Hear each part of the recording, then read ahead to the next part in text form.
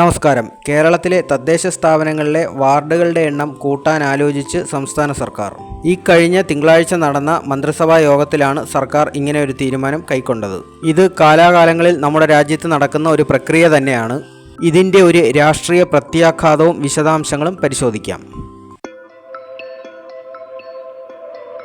കാലാകാലങ്ങളിൽ ജനസംഖ്യാ വർധനവിനനുസരിച്ച് ലോക്സഭാ മണ്ഡലങ്ങളും നിയമസഭാ മണ്ഡലങ്ങളും വാർഡുകളുമെല്ലാം പുനർനിർണയിക്കപ്പെടും. ഇതിനെയാണ് മണ്ഡല പുനർനിർണയം അല്ലെങ്കിൽ വാർഡ് പുനർനിർണയം എന്നൊക്കെ പറയുന്നത്. അതോടെ ആ മണ്ഡലത്തിൻ്റെയോ അല്ലെങ്കിൽ വാർഡിൻ്റെയോ ഒക്കെ അതിർത്തിയിലും മാറ്റം വരും. ഫലത്തിൽ ആ മണ്ഡലത്തിൻ്റെ അല്ലെങ്കിൽ വാർഡിൻ്റെ രാഷ്ട്രീയ സ്വഭാവം തന്നെ മാറും എന്നതാണ് വസ്തുത. ഈ പ്രക്രിയയെ വിളിക്കുന്നത് ഡീലിമിറ്റേഷൻ എക്സർസൈസ് എന്നാണ്.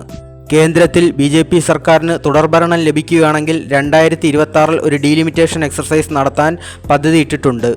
അത് നടന്നു കഴിഞ്ഞാൽ ഉത്തരേന്ത്യയിൽ സീറ്റുകളുടെ എണ്ണം വല്ലാതെ അങ്ങ് വർദ്ധിക്കുകയും ദക്ഷിണേന്ത്യയിൽ അത്ര കണ്ട് വർദ്ധിക്കാതിരിക്കുകയും ചെയ്യുന്ന ഒരു സാഹചര്യമായിരിക്കും ഉണ്ടാവാൻ പോകുന്നത്. ഇതിനെയും കോൺഗ്രസ് അടക്കമുള്ള പ്രതിപക്ഷ കക്ഷികൾ ആശങ്കയോടെയാണ് വീക്ഷിക്കുന്നത്.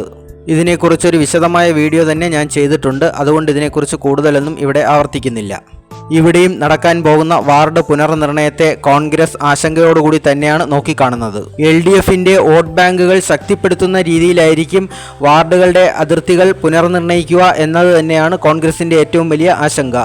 നിലവിൽ കേരളത്തിൽ 1200 തദ്ദേശ സ്ഥാപനങ്ങളാണ് ഉള്ളത്. അതായത് 941 ഗ്രാമപഞ്ചായത്തുകൾ, 152 ബ്ലോക്ക് പഞ്ചായത്തുകൾ, 14 ജില്ലാ പഞ്ചായത്തുകൾ, 87 മുനിസിപ്പാലിറ്റികൾ, 6 കോർപ്പറേഷനുകൾ. അങ്ങനെയാണ് 1200 എണ്ണം വരുന്നത്. ഇതിൽ കുറഞ്ഞത് ഒരു സ്ഥാപനത്തിൽ ഒരു വാർഡിൻ്റെയെങ്കിലും വർധനവുണ്ടാവും. അതായത് വാർഡുകളുടെ എണ്ണം നിലവിലുള്ളതിനേക്കാൾ 1200 എണ്ണം കൂടുമെന്നർത്ഥം. നിലവിൽ 21,900 വാർഡുകളാണ് കേരളത്തിലുള്ളത്. ശരാശരി ഒരു വാർഡിൽ 1000 വോട്ടർമാരുണ്ട്. 2001 സെൻസസ് അനുസരിച്ചായിരുന്നു നിലവിലുള്ള വാർഡുകൾ പുനർനിർണയിക്കപ്പെട്ടത്. ഇപ്പോൾ ജനസംഖ്യ വർദ്ധിച്ചിരിക്കുകയാണ്. അതായത് ശരാശരി ഒരു വാർഡിൽ 1000-ലധികം വോട്ടർമാരൊക്കെ ആയിക്കഴിഞ്ഞു. ആ നിലയ്ക്ക് 2011 സെൻസസിൽ കാണിച്ചിരിക്കുന്ന ജനസംഖ്യ അടിസ്ഥാനമാക്കി വാർഡുകൾ പുനർനിർണയിക്കാനാണ് ആലോചിക്കുന്നത്. ഇതിനായി ഒരു ഡീലിമിറ്റേഷൻ കമ്മീഷൻ രൂപീകരിക്കേണ്ടതുണ്ട്. ഇത് സ്റ്റേറ്റ് ഇലക്ഷൻ കമ്മീഷൻ ചെയർമാനായ 5 അംഗ കമ്മീഷനായിരിക്കും. ഇത് സംബന്ധിച്ച് ഒരു ഓർഡിനൻസ് ഇറക്കാൻ മന്ത്രിസഭ ഗവർണറോട് ആവശ്യപ്പെട്ടിരുന്നു.